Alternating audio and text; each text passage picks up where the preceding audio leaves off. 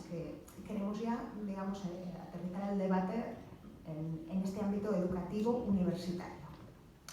En primer lugar, pues nos gustaría saber a las personas que os hemos invitado para que nos ayudéis a reflexionar cómo os situáis respecto al impacto de estas herramientas de inteligencia artificial en los procesos de enseñanza-aprendizaje. ¿Qué oportunidades surgen ahí? ¿Qué problemas o retos surgen ahí? Pero también qué oportunidades surgen para poner estas herramientas a nuestro favor y favorecer procesos de enseñanza-aprendizaje distintos a los habituales tal vez, pero que sean también constructivos, críticos, ricos, diversos, o como los queráis calificar. Aquí abrimos el debate. Entonces, pues se me ocurre, porque hemos pensado que las diferentes preguntas iremos cambiando el orden para que no nos aburramos, por supuesto, entonces se me ocurre que tal vez Carlos, en el otro extremo de nuestra fila, puede abrir esta pregunta y luego ya en el orden que consideréis, pues ya vais conversando alrededor de esta pregunta. Muchas gracias. Lo primero quería dar las gracias a la universidad por invitarme. Honestamente creo que es fundamental tener un espacio como este donde podamos discutir y compartir todo lo que está ocurriendo en los últimos, desde 2-3 meses. Esto viene de antes, pero con la erupción de ChatGPT parece que todo ha cambiado, ¿no? Bueno, hay como mucho ruido, yo creo que un foro como este, donde podamos tener un tiempo más o menos sosegado para plantear ciertas cuestiones, creo que es fundamental y necesario. Y lo primero que quería mencionar es que creo que desde la universidad no se puede mirar a otro lado, como si... O sea, hay que analizarlo, reflexionar y compartir, ¿no? No hacer como que no está pasando nada, simplemente verlo con sus claros y sus oscuros, ¿no? Entonces, por no entretenerme mucho y para dejar también que esto fluya un poco, simplemente voy a mencionar en esta primera parte dos puntos. Yo creo que todos los que estamos aquí presentes hemos tenido la oportunidad de explorar con ChatGPT y otras tecnologías similares, ver sus fortalezas, ver sus limitaciones, la forma en la que se expresa, bueno, hay muchísimas aristas, ¿no? Uno de los puntos donde, bueno, la explosión de iniciativas, ¿no? de propuestas o de posibles usos que se puede hacer, la explosión es exponencial. O sea, es imposible abarcar todas las ideas que están surgiendo. Hay alguna iniciativa por ahí que trata de compilar todo lo que se está haciendo. Anna Mills, creo que ha generado un documento donde está de forma colectiva intentando compilar muchas de estas iniciativas. Es imposible abarcarlo todo.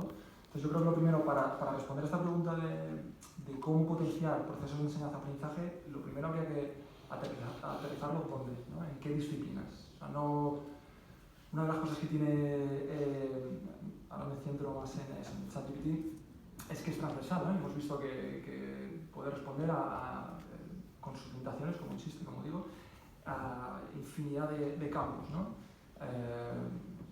Cada uno se lo puede llevar a su propio terreno. Entonces, lo primero que creo que habría que hacer es un esfuerzo individual y colectivo por cada una de las áreas, pensando en de qué manera puedo extraer el máximo potencial para esta disciplina. Y yo creo que ahí hay un esfuerzo de los departamentos por pensar cuáles son las competencias que quiero desarrollar en mis estudiantes,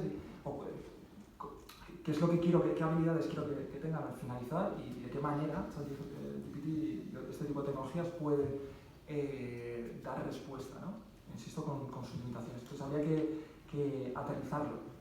Yo me lo puedo llevar a mi propio campo y os puedo plantear ejemplos concretos de cómo lo hago. Yo trabajo en temas de psicología cognitiva, como mencionabais, por ejemplo en investigación en psicología, entonces bueno, utilizo la herramienta para formular diferentes preguntas de investigación. O sea, intento descomponer el problema en cuestión, ¿no? Y de qué manera exploro con ChatGPT, ¿no? Pero más allá de este punto de análisis de cada una de las disciplinas, sí que quiero poner más el foco en la otra parte, no tanto en la tecnología, sino en el usuario, ¿no? O sea, pensar en qué características tiene o tendría la persona que puede sacar mayor provecho de este tipo de tecnología, ¿no? más que centrarme en las potencialidades o no de la tecnología, que las tiene y se puede hacer un análisis más o menos formal, sino pensar en qué características tiene esa persona, ¿no? Y cuando me refiero a sacar el mayor provecho de esta tecnología, quiero decir ser capaz de pensar en problemas significativos, ¿no? En ideas significativas, en de qué manera me ayuda a resolver problemas reales o responder a ciertas preguntas, etc. Entonces aquí esto me traía un debate también bastante clásico en psicología cognitiva y temas relacionados con tecnología. La pregunta, ¿la tecnología nos hace más inteligentes o nos hace más estúpidos? Que lleva décadas, ¿no? Esto, me recuerdo el trabajo que me gusta más de Nicolas Carr, de qué nos está haciendo Internet con nuestras mentes superficiales, ¿no? Una tesis, bueno, luego tuvo muchas críticas. No hay una respuesta clara de que la tecnología te haga más estúpido, más inteligente. Tampoco voy a decir que la tecnología es neutra, como bien se mencionaba antes. La tecnología desde su propio diseño favorece unos usos u otros, pero sí que hay margen de que la persona repiense esos usos, ¿no? Entonces, lo que me preguntaba es, bueno, ¿qué características tiene que tener esa persona para repensar esos usos? Lo que se ve un poco de la literatura y de los estudios es que la tecnología no hace más que apuntalar ciertas predisposiciones, ciertas disposiciones de la propia persona, ¿no? Entonces, yo aquí identificaba, y por simplificarlo mucho, dos perfiles. Las personas que tienden a problematizar el mundo, y esa idea de problematizar el mundo es de ver en el mundo una oportunidad de pensar. ¿Sí? O sea, en términos, pensando en Perskikana, el mente tipo 1, más intuitiva, y mente tipo 2, más analítica, más reflexiva. Creo que esa predisposición a problematizar el mundo, ver el mundo una oportunidad de pensar, ese tipo de perfil encaja mejor con la posibilidad de sacar el máximo provecho de ese tipo de tecnología. Habría otro perfil, y estos no son blancos y negros, lo estoy ahora mismo reduciendo bastante, pero el perfil de, bueno, tiendo a externalizar o que no me interesa pensar mucho, ¿no? Voy a liberar esas tareas o ese esfuerzo. Claro, desde ámbitos educativos, a mí personalmente lo que me interesa es tratar de fomentar esa visión que problematiza el mundo y que da una oportunidad al mundo de pensar. ¿Cómo podemos hacer eso desde las instituciones? O una aportación, básicamente dando ejemplo, yo creo. Mi contribución o mi idea es dar ejemplo, ¿no? Explora con estas herramientas, ve en lo que hay en tu entorno una oportunidad de pensamiento, y creo que de esa manera es una forma de bueno, transmitir, ¿no? ese valor. No me quiero entretener un momento más para dar más juego, luego si queréis seguimos profundizando.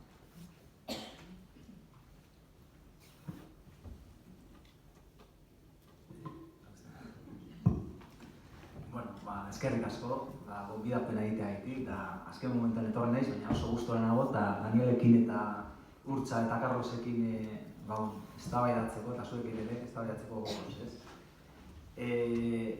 La primera pregunta que le haría a Daniel, y pecaré de necio, pero la primera pregunta que le haría a Daniel es ¿quién hace la inteligencia artificial? Será una pregunta interesante, ¿no? ¿Quién hace y cómo lo está haciendo, ¿no?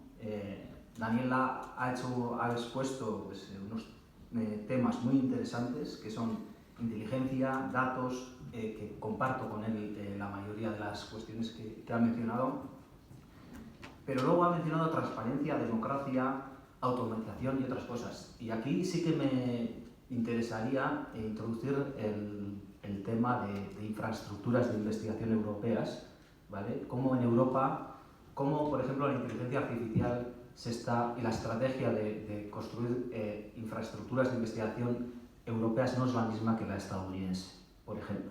¿Qué estrategias, las estrategias comunes, cómo Europa está haciendo un poco esto?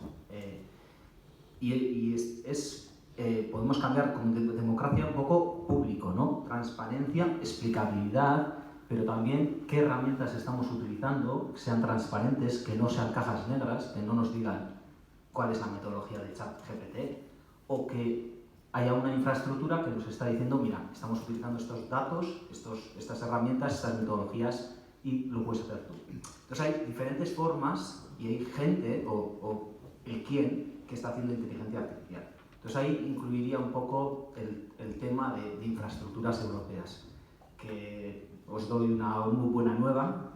Hay infraestructuras y la UPV ha sido una de los promotores para que España esté oficialmente en estas infraestructuras en Clarín y en Daria, y pensamos que en los siguientes años pues, ITS será un poco el centro de referencia y la UPV también será el centro de referencia en estos. Puedo pecar de necio porque no vamos a solucionar todo, está claro, pero bueno, vamos a hacer los procesos más transparentes y los datos pues estarán ahí. Y luego hay temas interesantes, por ejemplo, que la autoría de los datos, de quiénes son, por ejemplo, en comunidades indígenas, pues hay procesos que los indígenas, las comunidades, son dueñas de sus datos y pueden decidir qué hacer con los datos. O sea, hay procesos en los que, en tareas de procesamiento del lenguaje natural, que se acepta un poco quiénes son los dueños de esos datos. Hay principios FAIR que se llaman OCARE, que se están trabajando en Europa en los últimos años, que son interesantes y que podemos un poco discutir. Pero estoy de acuerdo en lo que se ha dicho, ¿no? Pero lo importante es quién está haciendo la inteligencia artificial, ¿no? Y con qué objetivos. Esto también es bastante importante. Y si se está haciendo en euskera también, ¿no? Porque esto es una cosa bastante importante. Otra cuestión que voy a empezar a tirar tiros por todas las partes, pero a Carlos, pues él habla de disciplinas, que sí me parece importante porque si la inteligencia artificial tiene que decir algo, lo tiene que decir en las disciplinas, con el lenguaje de las disciplinas. Pero ahora tenemos el problema de que tenemos no disciplinas, que las disciplinas se interrelacionan, se hablan unas con otras, y hay espacios interdisciplinares, que hay disciplinas nuevas que no encajan en nuestra universidad, por ejemplo. Y ahí introduciría el tema de humanidades digitales, ¿no? ¿Y qué está pasando con todas estas cuestiones, ¿no? Que sí que me parece interesante el tema de disciplinas, pero el tema de estas disciplinas también. Bueno, estas son cosas que un poco se me ocurren, un poco para la discusión, pero quiero un poco responder también a la primera pregunta que se ha hecho sobre el impacto de la inteligencia artificial en los procesos de aprendizaje.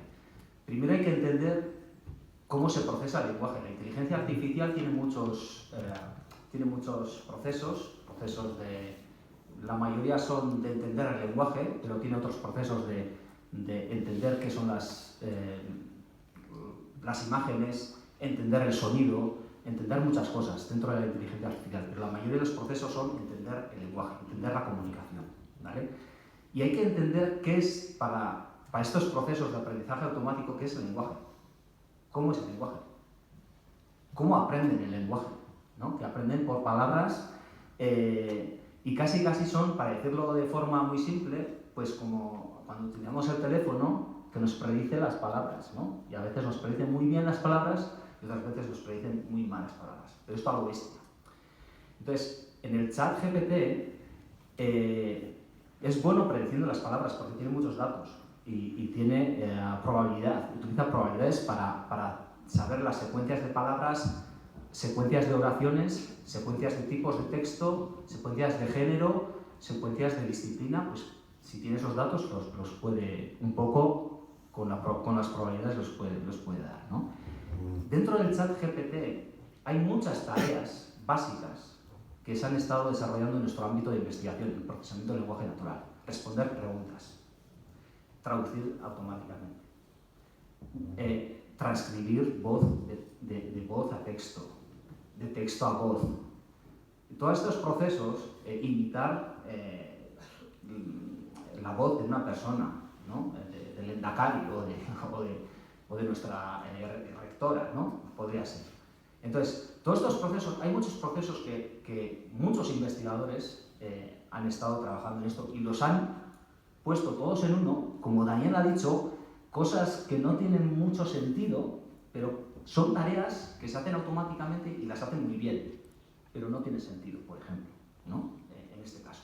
Pero como hacen muchas tareas, y tienen una probabilidad, hay algunas tareas que las hacen estupendamente, casi mejor que nosotros, ¿vale? Este es el problema que nos puede crear. Y el problema es que el chat GPT es una herramienta que genera texto. Es decir, siempre va a producir texto. Este puede ser el problema en sí, porque si no sabe, se lo inventa. Te puede decir, hazme un artículo de Mikel Uruzquieta en 2025, y que lo hace. Y todavía no hemos llegado a ese año, ¿no? Entonces lo inventa. Quiere generar. Su tarea es generar texto, ¿vale? Si no tiene dónde buscar, lo inventa. Y esto es un problema, ¿vale? Lo inventa. Y ya un poco yendo al proceso de educación y de profesores y de alumnos, hay que entender qué es lo que hay, lo que está abajo, cómo funciona, qué tareas hace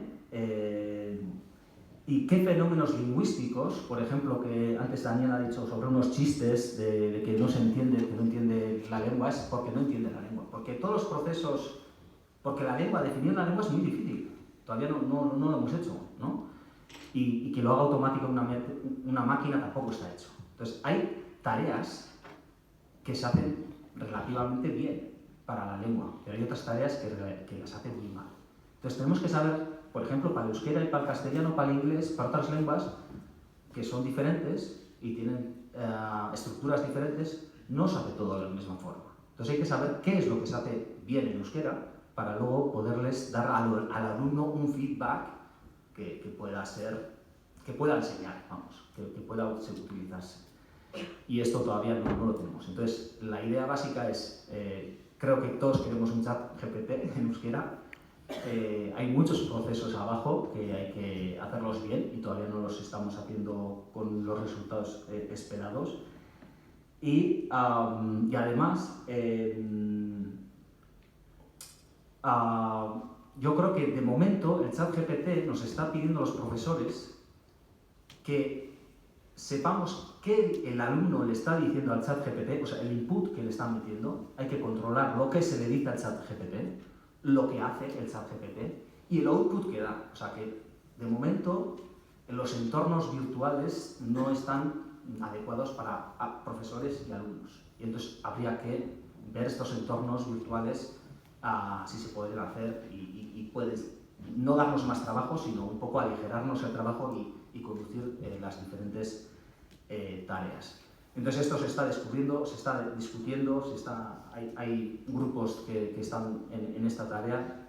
Bueno, yo un poco diría hasta ahí, resumiendo, el chat GPT entiende, entre comillas, el lenguaje y por eso se pueden hacer tareas más allá de las test cerradas. Es decir, puede dar un poco más puede decirnos más sobre el lenguaje y esto es lo interesante. Arratsaldeon, eta eskerrik asko gonbidapenagatik, eta bueno, ni zuzenean voy a ir a la parte educativa. Creo que, tomando lo que nos decía, la interdisciplinariedad es el concepto básico para la introducción de la tecnología educativa. Si no trabajamos de forma interdisciplinar entre las diferentes disciplinas que desarrollan no solamente la tecnología, sino también la educación, lo que vamos a ver siempre van a ser no retos, oportunidades, sino dificultades y fantasmas en la inclusión de la tecnología en nuestras aulas. La inteligencia artificial va más allá del chat GPT, aunque el miedo, y hablo de educación en general porque es a lo que me dedico, aunque el miedo nos ha entrado aquí, ¿no? Cuando de repente ha habido una herramienta donde nuestros alumnos meten la pregunta que les hemos mandado y empiezan el trabajo fin de grado. Y ay, Dios mío, ¿qué hacemos? Entonces, pero bueno, ya existen políticas, ya se empezó a trabajar mucho antes. En 2019 la UNESCO ya tiene el consenso de Beijing, donde ya se señalaba unas guías donde se encargaba para encargados o para encargar fórmulas de políticas educativas en relación a la inteligencia artificial. Creo que es importante también trabajar en ese tipo de fórmulas, ¿no?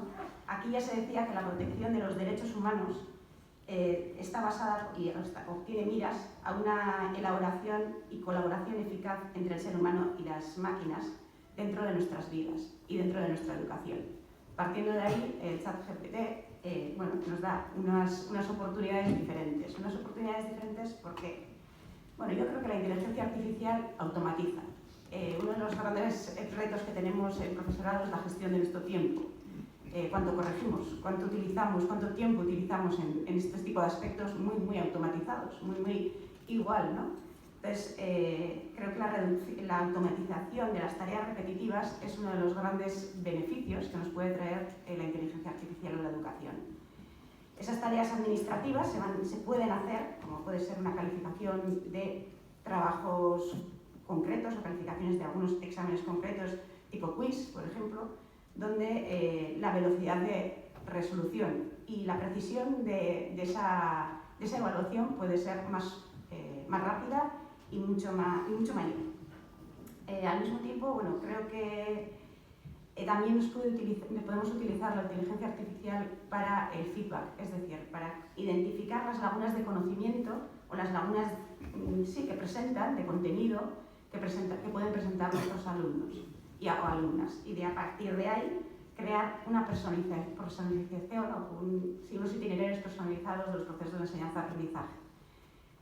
Ya las últimas leyes y otro tipo de movimientos dentro de la educación nos hablan de tener que adaptar a nuestros estudiantes en todos los niveles educativos, adaptar no solamente a unas necesidades específicas de inclusión, sino también a unas necesidades de alto nivel, de alto rendimiento, que también a veces perdemos talento.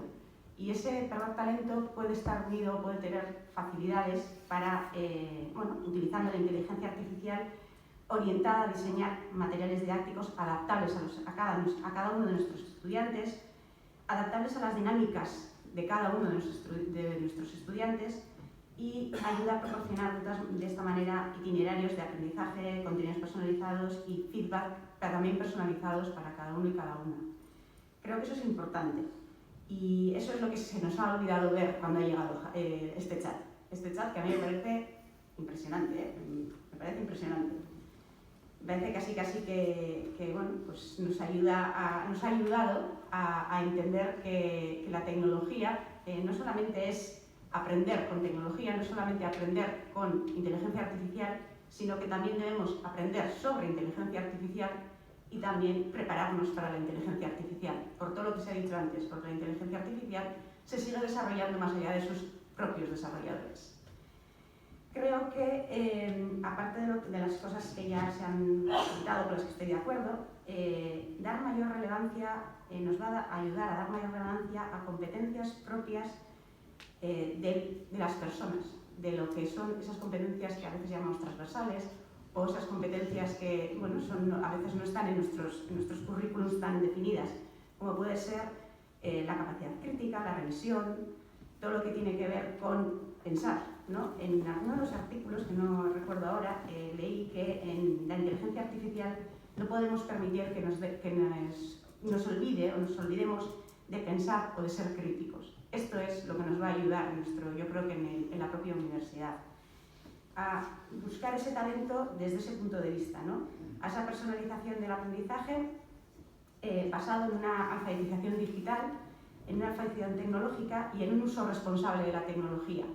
Porque si algo hemos aprendido en la época del COVID en educación es que alfabetizar digitalmente conlleva no solamente utilizar herramientas digitales, no es solamente que yo pregunte y me contesten, sino que es alfabetizar a las personas en un uso responsable de la tecnología, en una conciencia responsable del uso de la tecnología, de dónde viene esta tecnología, cómo se forma, qué se crea, y también en uso crítico y sobre todo resiliente de la tecnología. Tenemos que ser capaces de ser personas digitalmente competentes en esos aspectos, y nuestros alumnos y alumnas, evidentemente, de creo que cualquier grado educativo de nuestras facultades deben serlo. En diferentes disciplinas, evidentemente, con diferentes vías, pero esa base será común para que no existan diferencias a lo largo dentro de nuestra propia comunidad o de nuestros propios sociedades, en nuestras propias sociedades o diferentes lugares. También me gustaría añadir de lo que se ha dicho antes, que todo esto que nos ha traído, creo que la automatización apoya la labor docente, no la dificulta, la apoya. La apoya porque también el docente buscará fórmulas para pensar en formas de hacer la educación. Una educación que promueva, por ejemplo, la resolución de retos reales de nuestro mundo por medio de otro tipo de metodologías, otras formas de hacer en el aula que incluyan a todo nuestro alumnado y a todo el talento de nuestro alumnado, que muchas veces con otro tipo de metodologías, pues hay alumnos que sí y otros alumnas que sí y otras que no.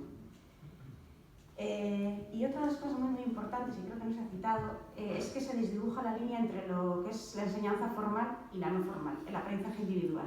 Y eso nos lleva a otro reto, que es el reto de ver cómo creamos o cómo formamos a personas para que siempre sigan aprendiendo a lo largo de toda su vida, sean capaces y tengan competencias suficientes para utilizar la tecnología para seguir aprendiendo y formándose a lo largo de toda su vida.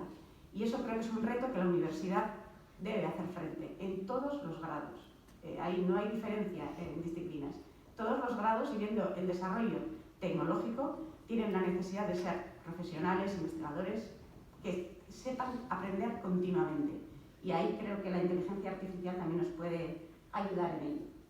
Y bueno, con esto termino porque creo que ellos ya han dicho casi todas las cosas que yo tenía pensadas, pero creo que ahí está, creo que lo tenemos que tomar como una oportunidad para la educación y no como un problema. Tal y como nos ocurrió con otras herramientas, como puede ser la Wikipedia, cuando llegó, que también nos trajo este tipo de revuelos. Y ahora, bueno, la hemos entendido, sabemos cómo utilizarla y eso nos hace ser más fuertes de alguna manera, más competentes. Eskerrik asko.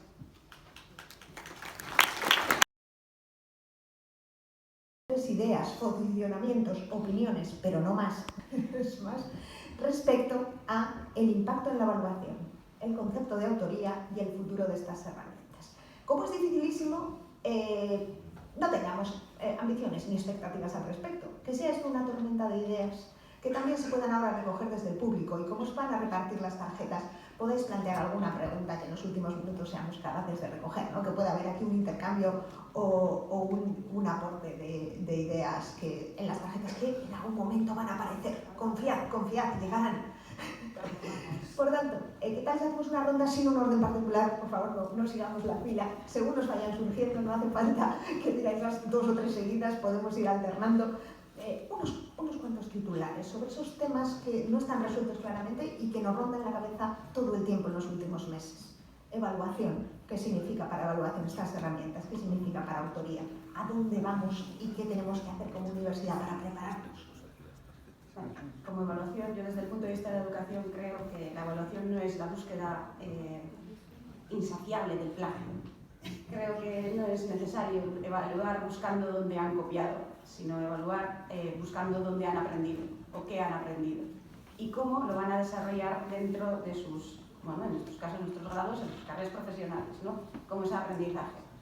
Evidentemente, la evaluación va unida a los procesos de enseñanza-aprendizaje. Si nosotros no creamos unos procesos de enseñanza-aprendizaje que superen que superen no solamente la recepción de la información, sino el análisis del contenido, pues siempre vamos a encontrar el plagio más sencillo.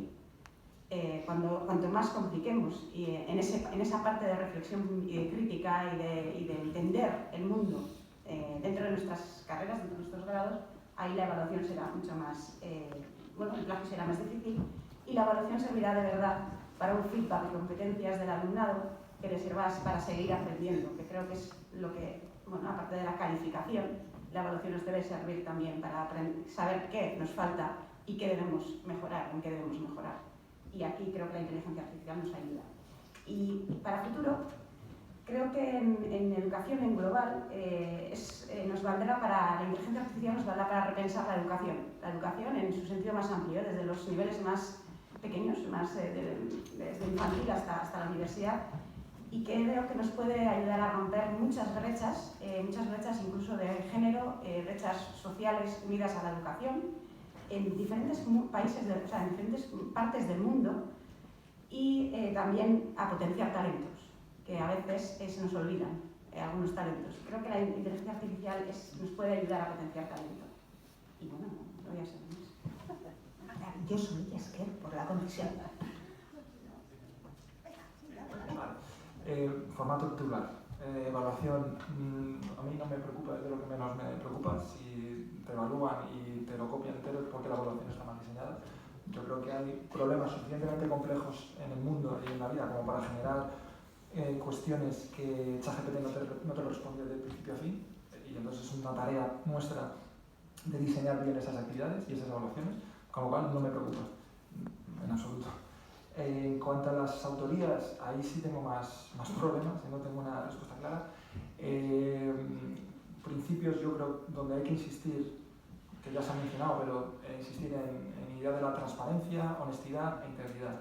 Igual que cuando a un académico se le pide que cite las fuentes, y es de justicia citar a las fuentes porque son ideas de otros, si utilizas este tipo de tecnología en tu labor académica, reconócelo, no pasa nada. Personalmente creo que se puede incorporar en la práctica si aporta ideas sugerentes, que yo creo que es una herramienta sugerente. Con lo cual, lo que creo que es fomentar esa transparencia, honestidad e integridad intelectual. ¿Cómo se regula esto? Pues ya nos tocará sentarnos y ponernos a la tarea de cómo se materializa concretamente esto. Y en cuanto al futuro que nos espera, no lo conozco. Creo que nadie está en posición de saber exactamente lo que nos espera. Creo que se ha mencionado que va a haber bastante caos epistemológico. Yo creo que ya el caos epistemológico viene ya de hace ya algún tiempo, pero esto va a añadir más ruido. Dos cosas, yo creo que por un lado desde las instituciones universitarias no podemos mirar a otro lado, hay que explorar estas herramientas y jugar, creo que has mencionado la palabra jugar, que me ha gustado mucho, jugar con estas herramientas y compartirlo con los estudiantes.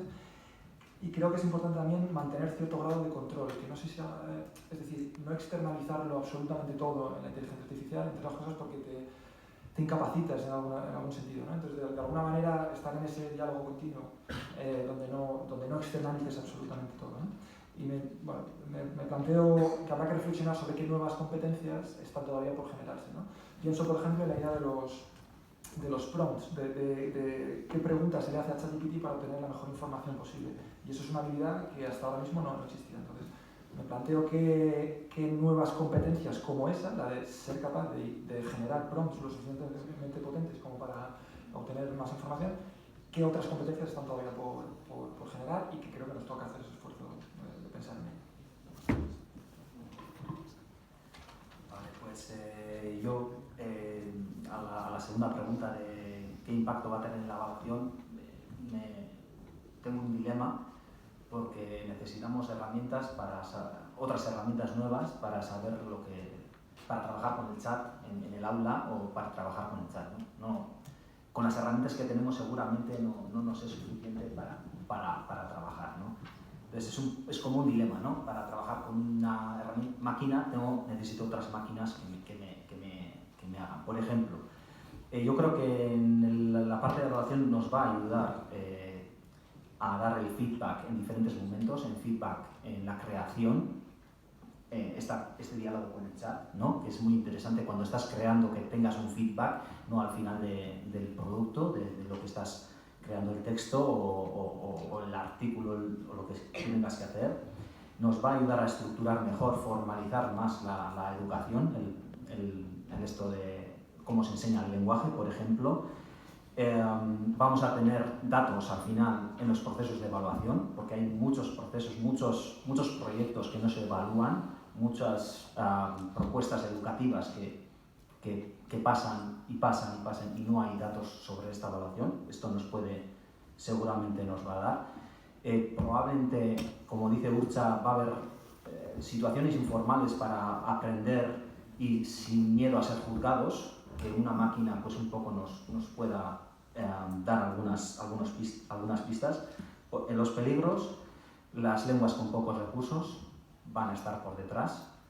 Va a haber poca diversidad cultural, cada vez hay menos diversidad cultural. El chat GPT no nos puede decir cómo se hace un simple marmitaco, por ejemplo. Yo le pregunto al chat, oye, ¿cómo se hace un marmitaco? Y no me explica, entonces no me interesa una conversación. por ejemplo, con una máquina que no sepa de nuestro currículum, de nuestra cultura, de nuestras conversaciones, ¿no?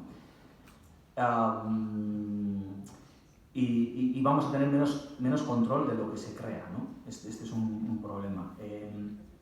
En cuanto a la autoría, yo creo que necesitamos herramientas que nos digan que el texto que nos entregan los alumnos estilísticamente si coincide, qué partes se han creado con el chat, qué partes son creaciones del alumno, qué es lo que ha cambiado, qué es... Bueno, herramientas de complejidad textual que nos den pistas de cómo se trabaja con el chat GPT. La autoría también tiene que cambiar. Por ejemplo, en humanidades digitales ya la revisión es como un autor, es decir, la revisión es parte pública del autor y la revisión que se hace se tiene que justificar y se tiene que dar evidencias de esta revisión. Ahora nos revisan los artículos pues gente que no conocemos, que no sabemos, pueden ser justos o injustos, pero bueno, que el esto de autoría, revisión, mejoría, pues estos procesos tienen que cambiar. Y en cuanto al futuro, pues la velocidad es impresionante. Hablando con amigos alemanes que empezaron su tarea en la universidad, era una pasada utilizar el email, no sé si os acordáis, pero desde el email hemos avanzado increíblemente. O sea, yo creo que hay gente que hemos trabajado sin email en la universidad. La velocidad es impresionante. Los últimos 10 años ha cambiado la velocidad. Yo no me imaginaba hablar en una conferencia sobre inteligencia artificial hace 10 años, para nada. Y aquí estamos. Y yo creo que es importante que hagamos esto en conjunto, de una perspectiva europea, trabajemos en infraestructuras, no cada uno por su parte, porque todo el mundo quiere hacer ahora modelos de lenguaje, todo el mundo quiere hacer chats, es una carrera como un poco loca, esto tiene un gasto de energía increíble, de máquinas, y hay cosas más interesantes o interesantes también, aparte del chat. Entonces, esto lo tenemos que hacer de forma colaborativa, intentando no gastar tanto, ¿no? Entonces, bueno, títulos: tecnología abierta en euskera, que sea reproducible, que alguien que venga detrás lo pueda hacer fácilmente y que lo vea como hay que investigar mucho más, hay que dar fondos a las infraestructuras, hacerlo esto de forma colectiva de gobiernos, universidades, empresas, se tienen que hacer de forma colectiva. Se necesita formación, mucha formación, y es esto un poco lo que quiero decir. ¿Puedo sumar una cosa? Estamos hablando de ChatGPT en educación, pero ChatGPT no se creó para educación, ¿eh? O sea, muchas veces hablamos, lo que nos pasa es que introducimos dentro de los procesos educativos tecnologías que no se crean con misión educativa. Yo creo que en ese futuro que él decía, es importante crear herramientas en inteligencia artificial desde el punto de vista de la educación, porque entonces serán mucho más válidas. La tecnología, esto parece que no es muy políticamente correcto, va mucho más rápido muchas veces que los procesos educativos. Entonces nos queremos adaptar desde la educación a la tecnología, y no, la tecnología es la herramienta, adaptemos la tecnología a la educación, a nuestras necesidades. Sí, lo que yo quería decir brevemente es, aquí lo que impera es lo hago porque lo puedo hacer. Y el problema es que las empresas van mucho más rápido que las universidades y que las infraestructuras. Miquel, ya he aprendido a hacer más mi caso. Que ya he aprendido a ya aprendí a hacer más caso. Bueno, yo brevemente también. Sobre la evaluación, un titular. A quienes primero no se evalúa la evaluación es a los profesores y a las profesoras. Y secundariamente al alumnado. Y yo creo que eso es bueno saberlo, ¿no? Sobre la autoría, yo aquí también hablo desde el punto de vista de la filosofía. Claro, la evaluación en filosofía es un poco peculiar, pero creo que en general vale también para otras disciplinas. Yo lo que quiero es saber si hay alguien detrás. Yo tengo que ser capaz de identificar si hay alguien pensando eso que se está diciendo. Una especie de test de Turing al revés, ¿no? O con humanos, ¿no? Y respecto del futuro, yo lo veo muy bien. Llamadme ingenuo, pero yo lo veo muy bien. Yo creo que esto nos va a obligar a concentrarnos en el conocimiento, tanto individualmente como colectivamente, como institución y como universidad. A ver si nos dedicamos ya al conocimiento de una vez. O sea, a ver si dejamos de perder el tiempo en cosas que nos las hacen las máquinas mejor. Veamos esto como una liberación. Hay dos ejemplos breves que pondré. Cuando nace la fotografía, hay mucha gente que empieza a pensar que esto se carga la pintura. ¿Y qué es lo que pasó? Exactamente lo contrario, que la pintura se liberó de la obligación de representar la realidad. Eso es magnífico, ¿no? Y ahí surgió todas las corrientes que surgieron a finales del 19 y principios del 20, ¿no? O cuando, esto no ha desaparecido del todo, por supuesto que no, pero en buena medida ha desaparecido el trabajo manual oneroso, porque se ha liberado con el proceso de automatización, surge otra institución maravillosa que es el deporte, que es el esfuerzo físico gratuito por puro placer. Yo me preguntaría, ¿cuál sería el fitness apropiado para la inteligencia? Hagamos centros de fitness para la inteligencia. Bueno, eso es esta universidad, eso es una universidad. Centros de fitness para la inteligencia, de personas que se han liberado de tantas cosas que se pueden dedicar al lujo de pensarlas.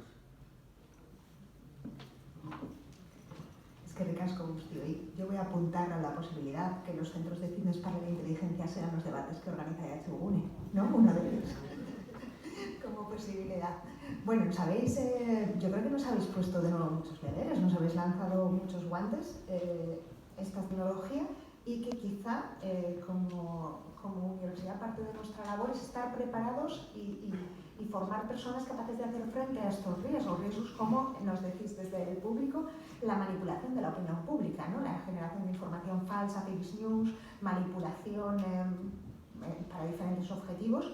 Y la pérdida del conocimiento básico, que aquí tanto Daniel como usted han hecho algunos apuntes de que esas bases de las tareas es conveniente que las hagamos incluso aunque no sea necesario estrictamente hacerlas para construir nuestra capacidad de hacerlas. Pero bueno, pues no sé sobre estos riesgos qué podéis contarnos o cómo abordarlos. Yo sobre la última pregunta, sobre la necesidad de conocimiento de competencias básicas, creo que son importantes para poder seguir trabajando en el desarrollo de la tecnología. Tenemos que entender lo básico, tenemos que tener los esquemas básicos de procesos de alfabetización, lectoescritura y matemática, para entender cómo se desarrolla la propia tecnología, porque se desarrolla desde ahí, desde esas bases. Entonces, yo nunca quitaría eso. Y además, todo lo que viene después, todo lo que hemos comentado de alfabetización digital y en relación a cómo nos comunicamos con la máquina, también viene de ahí, de esa base. En relación a los riesgos, yo creo que tiene riesgos si no somos capaces de responderlos bien, si no somos capaces de ver cuáles son las competencias reales que debe tener un ciudadano, un profesional, un graduado de nuestros grados, para poder ser capaz de discernir entre una noticia falsa y una verdadera, entre una fuente de información veraz y no veraz, etc. Entonces, pero todo eso no viene con la inteligencia artificial, viene con los medios de comunicación incluso. O sea, tenemos que tener unas competencias, y esas son competencias básicas de todo ciudadano, incluida la alfabetización digital y la utilización responsable de la tecnología. Creo que va por ahí.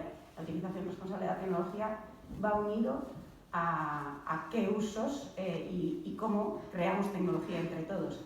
La tecnología también nos da capacidad y potencialidad para crear conocimiento colectivo. Todo lo que se habla de open y de abierto es porque creamos conocimiento colectivo entre diferentes personas que nos comprometemos a transmitir lo que hemos hecho, ¿sí? Otra cosa son cuando ya hay otro tipo de empresas que se incluyen y cierran sus puertas y no sabemos cómo, creo que Miquel ya lo hacía, pero ese conocimiento colectivo necesitamos que nos alfabeticemos en general, y esa base la tenemos que tener para entender a qué nos enfrentamos, para entender el desarrollo de cualquier tipo de tecnología en el futuro y nuestro desarrollo con ella.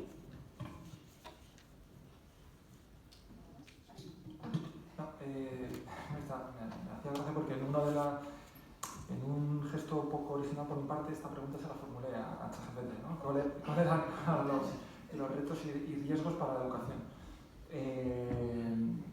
Y una de las cosas, me daba varias ideas.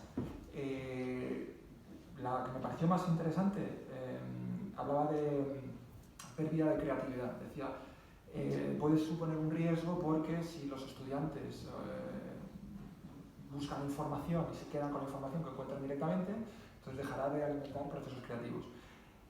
Y eso mismo yo le di la vuelta, o sea, lo que me gustó de ese diálogo, volviendo otra vez a esa partida lógica, era darle la vuelta a lo que me dijo ChatGPT. La idea de, bueno, se puede reducir la creatividad o incrementarla. De hecho, eso formaba parte de un artículo que estaba escribiendo para The Conversation, donde el propio artículo lo escribí en diálogo con ChatGPT. No solamente no redujo la creatividad, sino que me ayudó a construir ciertas ideas, ¿no? Entonces, no lo veo tal riesgo, o esa idea de que supone un riesgo, bueno, de nuevo, vamos a darle una vuelta para ver cómo convertirlo en vez de riesgo en una oportunidad, ¿no?